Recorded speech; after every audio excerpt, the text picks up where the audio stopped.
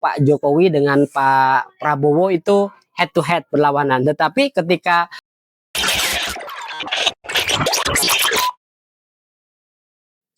Assalamualaikum warahmatullahi wabarakatuh. Hai teman ngopi sekalian, kita jumpa lagi di channel kita yaitu Ngohwah Club, channel tempat kita ngaji, ngopi, dan merajut ukhuwah.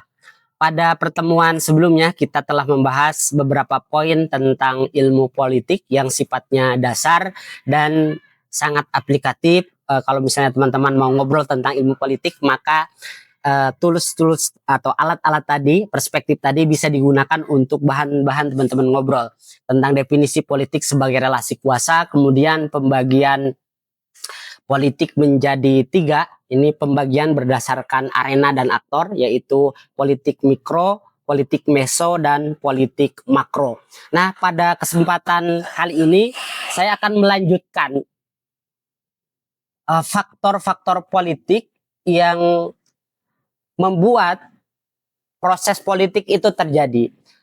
Paling tidak, kalau misalnya teman-teman ingin menganalisa ada relasi kuasa atau tidak pada suatu tempat atau arena, maka pastikan 5 hal ini untuk memudahkan teman-teman menganalisa terjadinya relasi kuasa atau terjadinya proses politik pada momen atau tempat tersebut. Yang pertama, pahami aktor.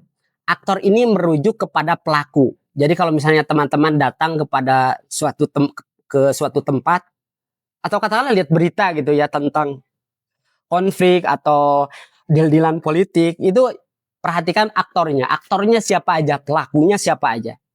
Yang kedua, tempatnya di mana. Ini tadi ya yang dari awal kita udah sebut-sebut, ada aktor atau pelaku politik, kemudian arena atau tempat politik. Yang ketiga ini adalah sumber daya. Sumber daya ini berkaitan dengan hal yang mereka perebutkan. Jadi di antara aktor ini pasti dia memperebutkan sumber daya tersebut. Yang keempat itu kepentingan, dan yang kelima waktu. Ini waktu ini penting karena untuk melihat sudut pandang mengkategorisasi aktor nanti. Dari konfigurasi aktor nanti kita bisa tahu dari waktu ini. Karena kadang pada momen tertentu antar aktor ini berlawanan, tetapi pada waktu yang lain atau momen yang lain dia saling bekerja sama atau berkoalisi. Ini penting untuk kita catat. Ya, kita bahas satu-satu. Yang pertama aktor. Aktor ini tadi ya sudah jelas. Jadi pelakunya siapa aja, mudah. Jadi kita bisa kita petakan dengan mudah. Kalau misalnya kita ingin menganalisa suatu kejadian politik, maka kita pastikan pelaku yang terlibat pada proses relasi kuasa itu siapa saja. Itu bisa kita cek itu siapa aja. Nah, kemudian tempatnya, arenanya. Arena ini luas, teman-teman. Bisa kalau misalnya dalam konteks politik mikro tadi yang telah kita bahas, berarti kan arenanya itu tadi bisa hati, bisa pikiran gitu, atau jiwa kita. Jadi itu jadi arena kita. Yang berikutnya adalah sumber daya. Ini yang menarik ya. Sumber daya ini biasanya menjadi salah satu pendorong terjadinya konfigurasi atau pengkelompokan antar aktor gitu. Motif terhadap sumber daya. Sumber daya ini sesuatu yang menjadi dorongan utama pada relasi kuasa tersebut gitu. Yang ketiga yaitu tadi yang pertama aktor, yang kedua tempat, yang ketiga sumber daya, yang ketiga kepentingan. Kepentingan itu berkaitan dengan motif aktor. Nah, jadi ini jadi bisa jadi misalnya ada 10 aktor yang terlibat pada relasi kuasa atau kejadian sebuah misalnya biar lebih real ya. Misalnya di masjid lah katakanlah. Di tempat ibadah itu kan bisa kita identifikasi nih, ada ketua takmir, ada sekretaris gitu. Kemudian ada anggota. Nah, kita bisa petakan kepentingan mereka itu masing-masing apa saja gitu.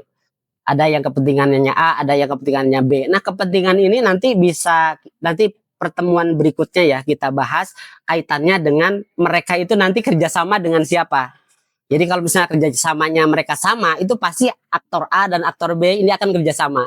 Tetapi kalau kepentingannya berbeda, dia pasti akan berlawanan. Nah, dengan seperti itu kita bakal mudah mengidentifikasi tadi itu relasi kuasa di antara mereka. Kalau kita punya kepentingan juga, tentunya kan kita harus memetakan. Kita itu harus ikut arus mana supaya kepentingan kita terakomodasi. Nah, itu yang keempat ya tadi, kepentingan, dan yang terakhir waktu. Ini kalau dalam bahasa hukum itu tempus delicti-nya itu harus kita pahami, karena untuk membatasi dan melihat kadang itu kan si A sama si B dalam momen tertentu akur dan dalam momen yang lainnya misalnya berlawanan. Nah, momen itu harus kita pahami gitu. Waktu itu misalnya dalam konteks pemilihan 2014 itu Pak Jokowi dengan Pak Prabowo itu head to head berlawanan. Tetapi ketika pemilihan 2019 masih. Tetapi pas 2024 kemarin mereka berkoalisi. Itu pentingnya kita memahami waktu. Saya ulangi, pertama faktor-faktor terjadinya relasi kuasa atau politik. Pertama aktor atau pelaku, kedua arena atau tempat, ketiga sumber daya, yang keempat kepentingan, dan yang terakhir waktu. Kalau kita paham 5 faktor ini, kita akan dengan mudah melakukan analisa politik dalam konteks seperti apapun, dalam konteks mikro, meso, maupun dalam konteks makro. Itu dulu teman ngopi sekalian, kita sambung pada konten-konten berikutnya. Kita tetap menjaga semangat kita dengan ngohwah, ngopi, ngaji, ngopi, dan ukhuwah. Assalamualaikum warahmatullahi wabarakatuh.